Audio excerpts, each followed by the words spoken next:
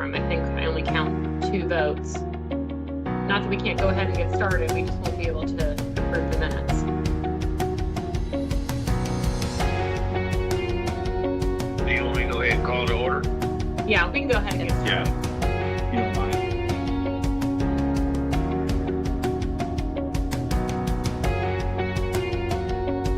Yes. Call to order. The Kentucky Community and Technical College System Board of Regents Policy and Planning Committee to order. I would like to ask Mrs. Stegall, parliamentarian, please call the roll. Chair Hamilton, Yes. Vice Chair Stevens, Secretary Whitten, Yes. Regent Fulton, Yes. Regent Hall, Regent Horn, Regent Martin, Regent Rabinowitz. Chair, we do not have quorum, so we will be unable to approve the minutes, but we can go ahead and concede with the rest of the information items. If you'd like, I can go ahead and start walking us through the board policies, if that would be okay with you, Chair Hamilton. Yes. All right, as you all know, with the passage of House Bill 619, we had substantial changes that needed to occur to our policies and procedures. So what I'm going to walk through with you all today is the changes to the board-related policies and procedures, including the board bylaws. I'll also draw your attention to an Excel sheet that has been loaded into Onboard. That is a tracking document, and it lists out every single board policy as well as the changes that are being made, if any. For example, some will say substantive changes, some will say non-substantive. Some policies are simply being archived because they are out of date and no longer needed, so they're being taken off. And again, that document is up there for your all's reference. As well as Chelsea has pulled up here the PDF of all of the changes that we will walk through. Please stop me at any time if you have any questions. I'll try to watch Teams and try and catch you, but do not hesitate whatsoever to interrupt me if you have a question. All right, so board bylaws.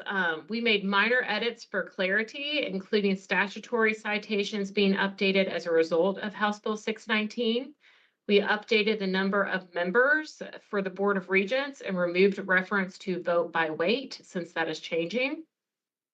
Updated language regarding the board treasurer on page 4 of the bylaws. Both statute and our bylaws require the board to appoint a treasurer. The language that we added was to improve that process and states that unless otherwise designated by the Board of Regents, the treasurer shall be the chief financial officer of KCTCS. On page 6 of the bylaws, we updated the language around board officers to state that current serving officers will continue to serve until an election is held after the new board is constituted. If we hadn't included that, we would have to hold an election in June for new officers to serve for one meeting and then hold another election at our December meeting. So that's why that changes in there for continuity purposes. On pages 8 through 10 of the bylaws, we increase the number of members on each of the committees due to the increased size of the board. We also updated the committee meeting schedule, so they will become regular scheduled meetings and no longer be special called meetings. Let's see.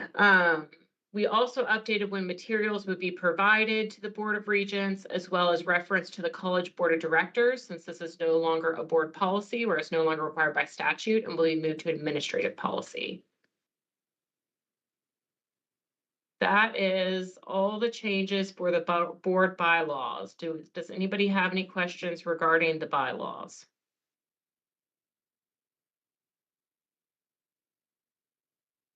Just one comment, if you don't mind. Absolutely. Due to the expansion of the Board of Regents, if there is interest in creating a finance and facility committee after October, that's when we can consider that, if that's the will of the group, now that we have a larger amount of regents. I know that idea has been floated around for a couple of years now. I know that Regent James Lee Stevens spoke up about that several times, but after the expansion of the board, if that third committee wants to be adopt it and incorporate it, we can deal with that later in the year. Thank you, Dr. Quarles. All right, the next document in the PDF is the Board of Regents policy on policies. This is policy number 1.0. This has been updated to our new policy template, updates the review period from 2 to 3 years to mirror the administrative policies, adds the ability for the executive committee to approve policies and procedures in between full Board of Regent meetings as necessary, to be ratified by the full board at the next regularly scheduled board meeting. Also adds that any exceptions to the policy must be voted on by the full board. So no major changes here. Any questions on this document?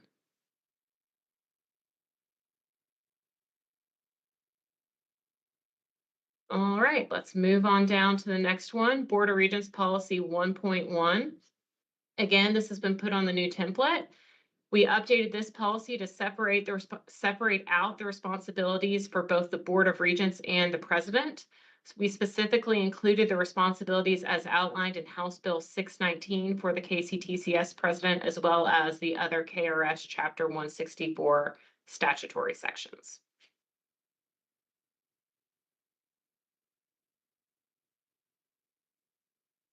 All right, we'll move on to the next one. This is the one where I imagine we will have the most discussion. So I'll run through all the changes and then open it up for comments and questions. This is the procedure. Oh, wait, Regent Whitten. Yeah, I'm sorry. Just older eyes would, even with my glasses on, would you mind making it just a smidge bigger? Thank you. I understand. Yeah, I have multiple screens, split screening here, so they're all made very large for that. All right, so the next one is the procedure for election of faculty and non-teaching personnel. On this, we updated the number of members to 1 faculty, 1 staff, 1 student. As I have mentioned previously, as you all are aware, we already updated the election procedure for the student regent, and we have a new student regent that's been elected. I believe her name is Jessica Jones, and we're excited for her to join us in the fall. We added the term designee after board liaison, so that way in the event the board liaison is unavailable to run an election, the designee of the board liaison can run that election.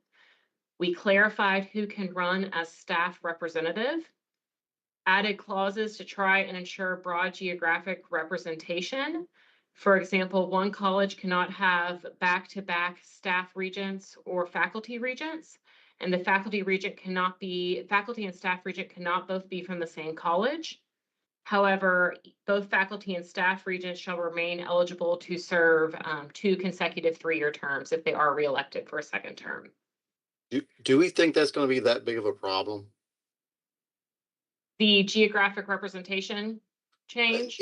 Either one there, and C, that was the only one I really had trouble with, was that one, was just the fact that, I mean, if Maysville or wherever, Jefferson has one that's running for staff and one's running for faculty and they both win, okay. Or if Jefferson wins and they come back again and they win again, I'm okay with that for a little while until it gets to be a problem. I mean, if you've got 4 years in a row or something, then maybe, but I'm not real sure I don't foresee that being a problem. I mean, as much as, it's going to be swapped back and forth between the different schools. I'm not sure we're going to do quite that much, splitting up like we did of the appointed ones from the governor. Mm-hmm. Regent Whitten, did you have a comment? I did, yeah. And I'm sure Dr. Neal might share this because I'm sure he's aware of it. Senate Council, as you know, Jessica, you were there and you proposed these changes to that group. And there was feedback received. I've asked for that feedback. So only 4 colleges actually responded in kind. And 3 of the 4 were not in favor of this. One school actually responded back kind of vaguely. And it was more or less, we have no issues. We're in favor of the changes, very vague. But there were a few schools, Elizabethtown, JCTC. So 2 of your bigger colleges and Maysville, who were firmly against it. I mean, the idea that, among faculty, among staff, this has always been a meritocracy, right? And there has not been a case in my memory, and I think Marty and I discussed this as well. I know Dr. Quarles and I did. I think that there was a time where, in order to fill a seat, a Maysville staff member was on it when I was on it, but then that member was not elected. That's how we got Regent Powers and Regent Hall. So, I think it kind of has always weighed itself out. I do not recall a time in the past, and please, Dr. Quarles, correct me if I'm wrong, where this has even ever been an issue. So I would like to see this struck from the policy. Okay. Regent Powers? Just one note that I wanted to ask is, would the elections be ran at the exact same time, or would it be faculty first and then staff? Because So if That's- this were to remain in policy, the faculty election would occur prior to the staff if it were to remain. But like Regent Sutherland said, we could take it out, and if we see it becoming an issue in the future where we have recurring representation from the same colleges for both positions, it can always be added back in. It was just something for you all to consider today and provide feedback. Dr. Neal? Yeah, I was going to say something similar, that, it's never a problem till it's a problem when it comes to things like this. And so, as Regent Whitten said, there wasn't overwhelming opposition to it at the faculty meeting. A few registered through her their opposition to it. The only thing that I think about is from a geographic representation is when you have large voting pools at some colleges and very small voting pools at other colleges, trying to make sure that we spread the representation around and give everybody equal, well, I won't say equal chances, but a better playing field. But you're right. There probably has not been the issue in the past. But to your point, we didn't get a lot of opposition either. So. Just as a point of note, and this is, just me speaking from my own past elections, the first time that I ran for the board, which was 5 years ago, I think I had a field of 8. And I'm little old Maysville and smack dab on the Eastern Kentucky side. And I had candidates that were running against me from Bluegrass and Jefferson, multiple candidates. So, I think in the situation of that election, again, it was just based on meritocracy and who the faculty as a whole believed would lead them well on the board. And I think that was the case in the second election. I had, I believe 3, or no, I'm sorry. Yes, 3 is correct. I think, Jessica, you can tell me if I'm wrong there, but, and they were also from larger schools. So, I do agree with you. I mean, the voting block thing, Dr. Neal, that made me, a very nervous wreck that very first time when I saw those big schools. But I think, meritocracy won. So I would like to just see this not be included until we determine, or maybe future boards might determine that this is a real issue. Thank you. And again, a friendly reminder, no actions being taken today, so we're happy to take your all's input on this. Yeah, absolutely. Any other comments on that particular section before I move on to the other changes in this procedure? So we also updated, clarified who is eligible to vote for staff regent by clarifying that all full-time regular staff are eligible to vote, including those of the system office and fire commission, except for the KCTCS president and his or her direct reports. And then finally, we added a transitional election at the bottom of this. This would be a one-time election due to the passage of House Bill 619. It states that the first election conducted after the passage of House Bill 619 will be between the current serving regents, so current serving faculty, current serving staff, for the remainder of the current term, which ends in October 2027. After that, there would be a new election for a new 3-year term. Yes, Regent Whitten. Oh, you're muted. Page 26, please, if you don't mind, back up to that. And this is just more of a clarifying question, General Counsel Stegall. It was about the faculty and the staff election that you had just gone over those changes, the people able to participate. The faculty is like full-time faculty. And it's always said that. My question has always been, we have a lot of administrative level folks across the system, CAOs, yeah, vice presidents of this, that, and the other, who have retained their faculty status and as they have moved up administratively. Are they counted in that pool as well? I mean, because they are not really considered full-time faculty. Can that be clarified, or just even verbally? It doesn't have to be clarified in policy. I'm just curious. Well, we absolutely can look into that. I don't believe it's clarified any further in this. Chelsea, please correct me if I'm wrong. But we absolutely can put in there that full-time faculty, meaning whatever that reflective teaching load is. Because in step C, I guess that's really the one that decides, because it's basically up to the local colleges. What do you call it? The election official. There it is. Mhm. They decide who can vote and who doesn't vote. So I wouldn't have a problem with you clarifying that more in policy, so that way they would have some guidance there too. But Okay. really, it's up to them the way it looks. Okay. So, and one Thank quick you. question, because Ray brought up a really good point just a moment ago. How big of a deal if we did leave the wording in there to have two different votes for the faculty and staff versus just doing it all in one shot? Wouldn't it be a lot easier if we just did it all in one day? Well, I'll let Shannon speak to Yeah. how we've ran the election in the past, because I haven't been here for a faculty or staff election yet. But I Let believe Shannon that two answer separate that. elections run simultaneously. But Shannon, please jump in. It would probably be easier to run them simultaneously because Yeah. we do training for the election officials and each of those processes for each election. So I just think from our standpoint here, you can just put out, hey, big election, make sure everybody goes and votes. If we struck this from the record here, on the one we were talking about before, then you just have faculty and staff both vote, and who wins, and we're done. Okay. So we've wooed you, haven't we, Shannon? Regent Powers?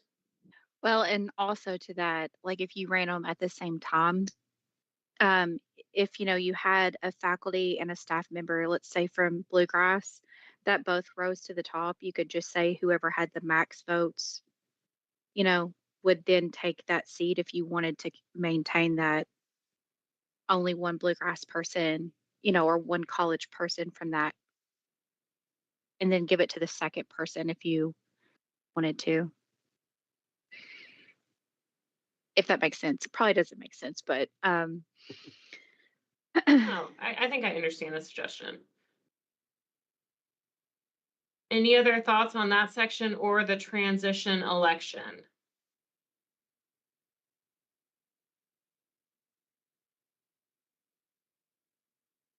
And then we would go ahead. You and I have talked about this, General Counsel Stegall, but the election would be held in August upon return for faculty. Is that correct? August or September, we were reviewing the language, and our board is effective October 1.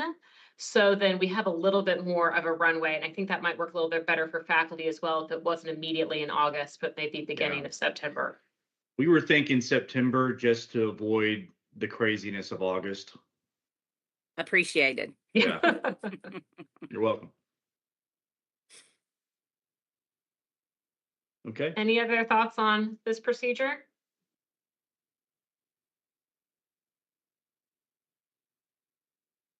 All right, the next one is Board of Regents Policy 1.5.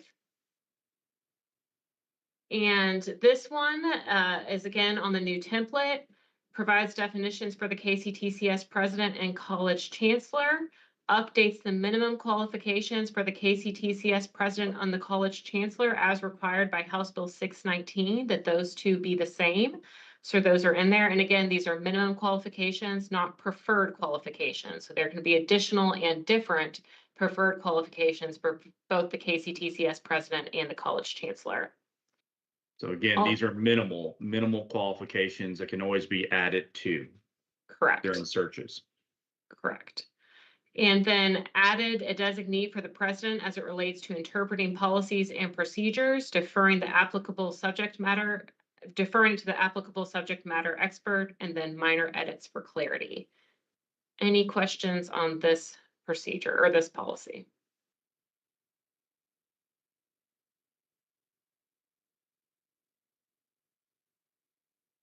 Okay.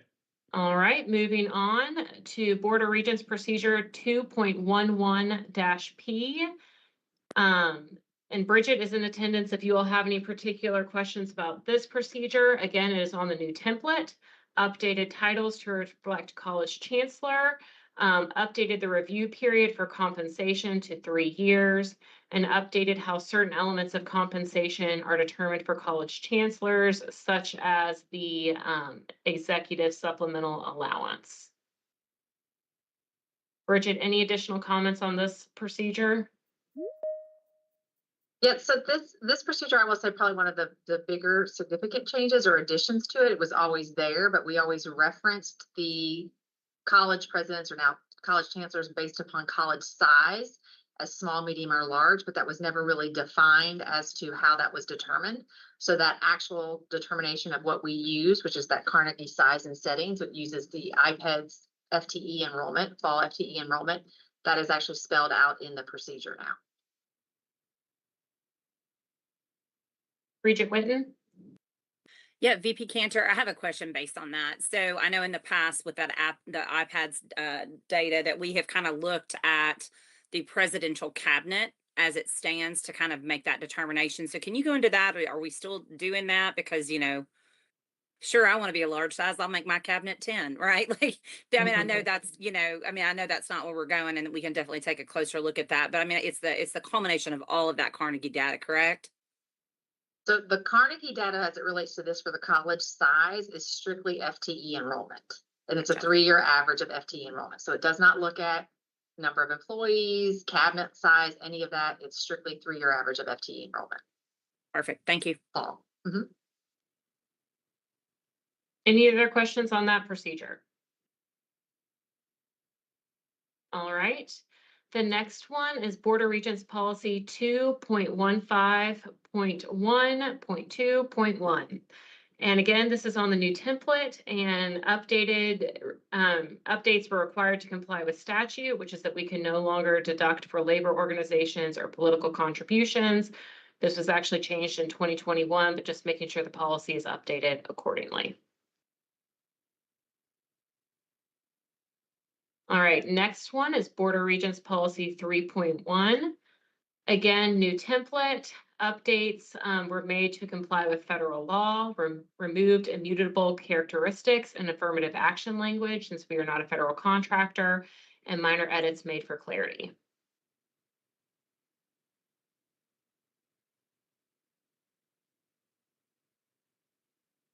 All right, the next one is Board of Regents Policy 4.11.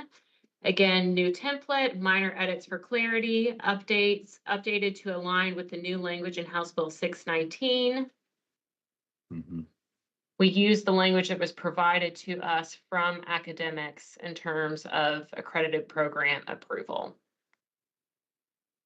So if there's any questions on this particular policy, I'll defer to Dr. Neal. But again, these were changes that were required as a result of 619.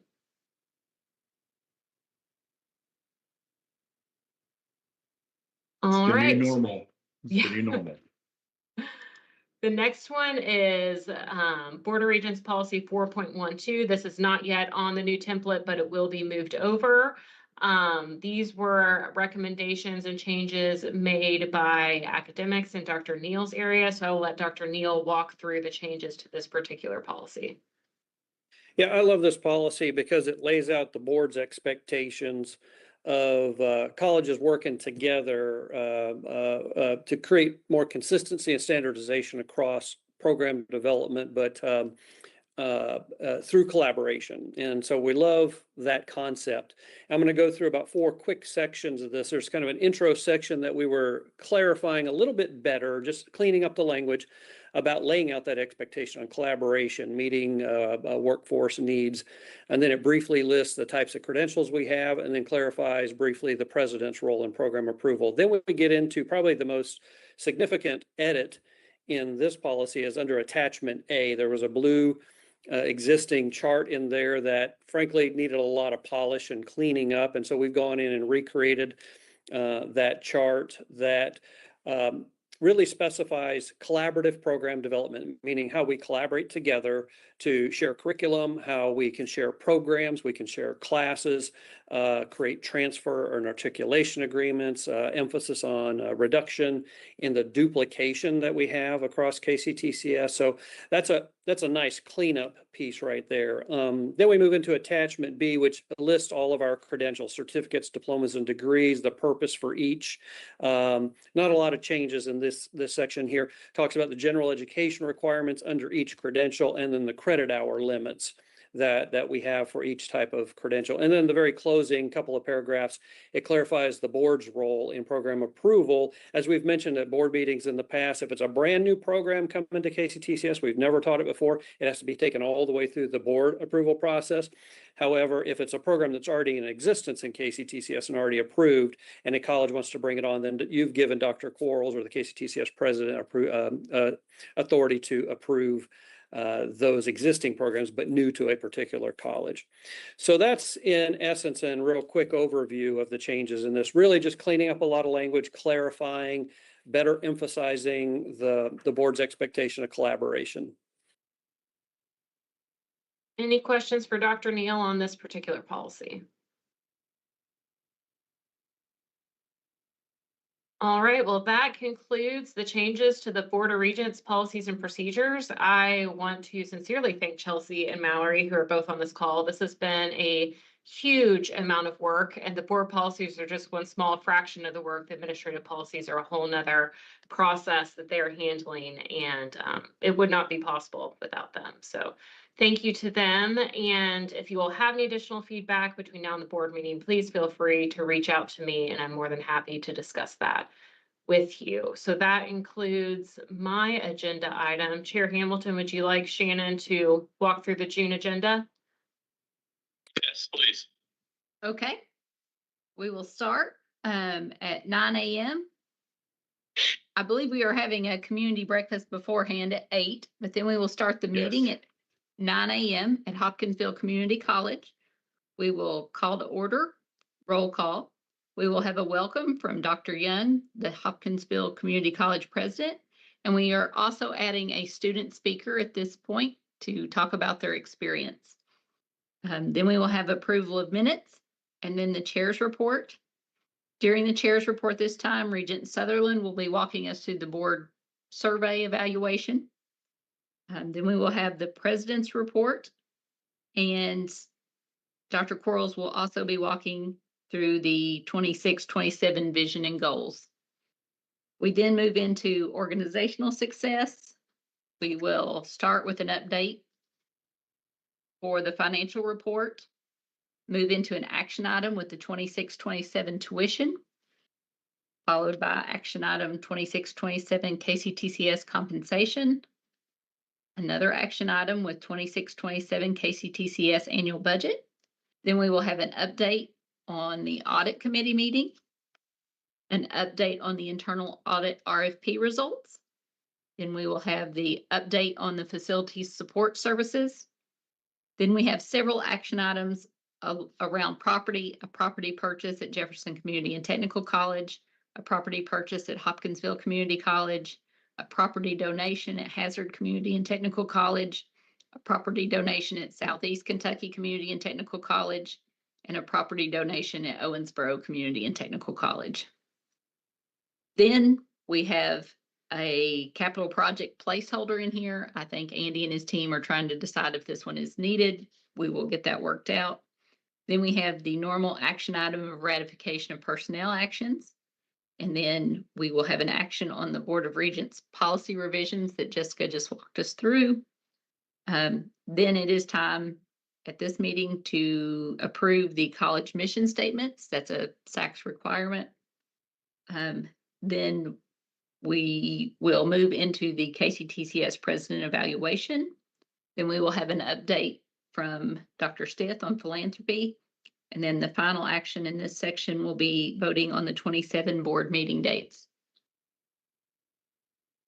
I will pause there. Are there any questions on that section? Okay. If not, then we will move into workforce success, and we will have an update from Jesse Shook on workforce and economic development. And then we will move into student success. We will start with an update from Dr. Neal with the enrollment report and certificate and program approvals. Then we have an action item on a new program approval. And then the normal action of ratification of KCTCS's colleges candidates for credentials. And then we will go through our 2 student regent approvals with Regent Fulton and Regent Givens.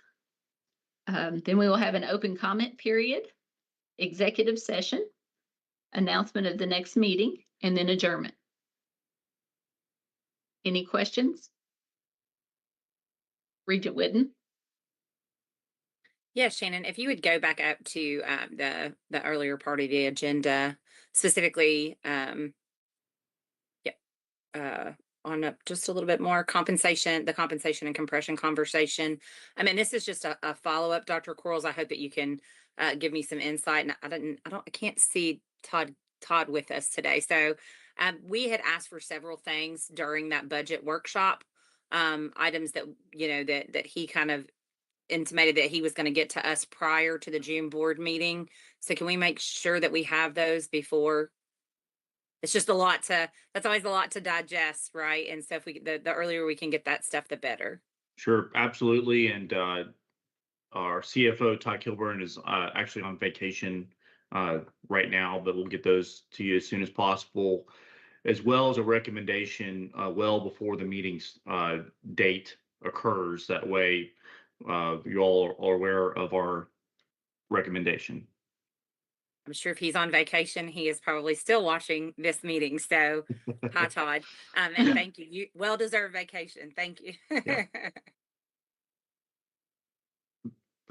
If you don't mind, Shannon, just to let you know, the day before, we'll be having a KCTCS for Kentucky event with the Hopkinsville Community College service area. As we make our way around the state, you're more than welcome to join for that. And then again, that morning, we'll be having a community breakfast with local leaders, legislators, etc. And we did try to get a tour of Fort Campbell for our Board of Regents, but just given global conflicts right now, we're unable to do that.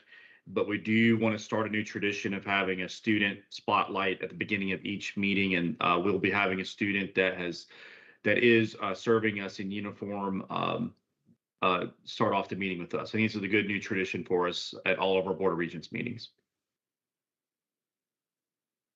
Chair Hamilton, I believe we now have quorum, so if it's okay with you, I'm going to go back up and call the agenda and have a motion to approve the minutes. Yes, please do so. Chair Hamilton?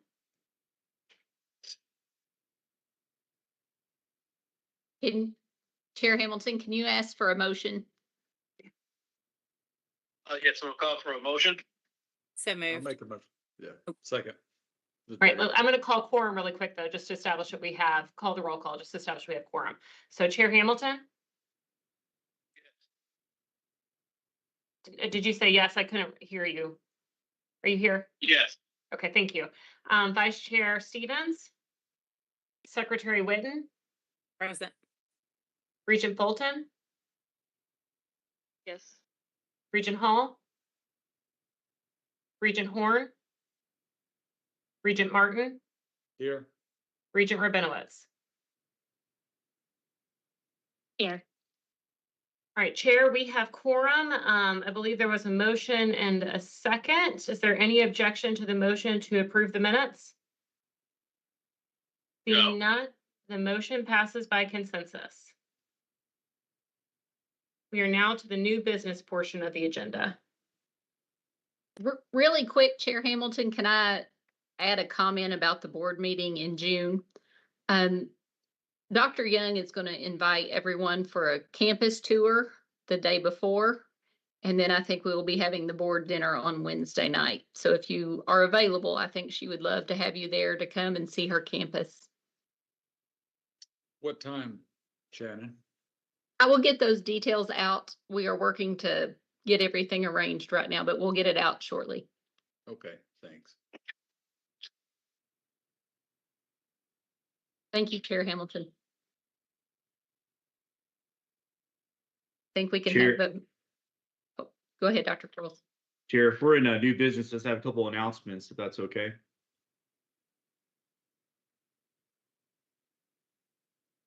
If you don't mind, we have a graduate among us, Ella Fulton. Congratulations. I saw some pictures. Congrats. I know Regent Givens graduated as well, but we're going to have a great send off for you at the June meeting. But congratulations. And speaking of which, we have around 25 graduation ceremonies occurring either last week or this week. And for the regents that may want to join, there's still some more left if you want to go to those. But we appreciate you all showing up and being there and supporting each of the individual colleges. I hope you all appreciated the budget workshop, and we'll get those documents, requested documents to you as well. I think that was a good governance move for us for future years as well. Our annual conference is next week. I just want to say thank you very much to Regent Powers for all the hard work you put in on this. BCTC is going to be hosting it. Heavy emphasis on professional development next week across the system. And again, there is a virtual option so people can watch in as well.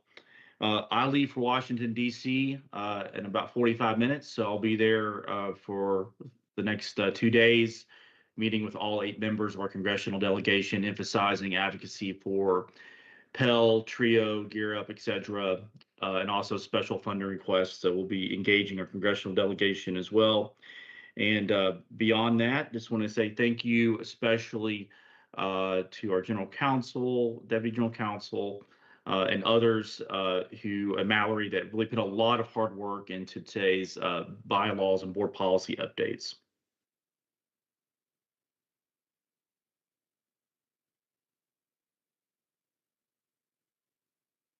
All right, I believe that concludes our business, Chair Hamilton. And you can still hear me? We can. Yep. Okay, I think my camera shut down on my end, so more technical issues. So we need a motion to move out of session. Just a motion to adjourn. So moved. Regent Whitten, is there a second? Regent Martin, I think you were muted. This second, Barry.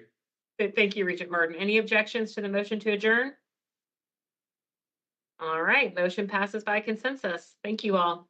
Y'all have a good day. Have a good Thank day. you, Chair. Thank you. Thank too, you. Barry. See y'all.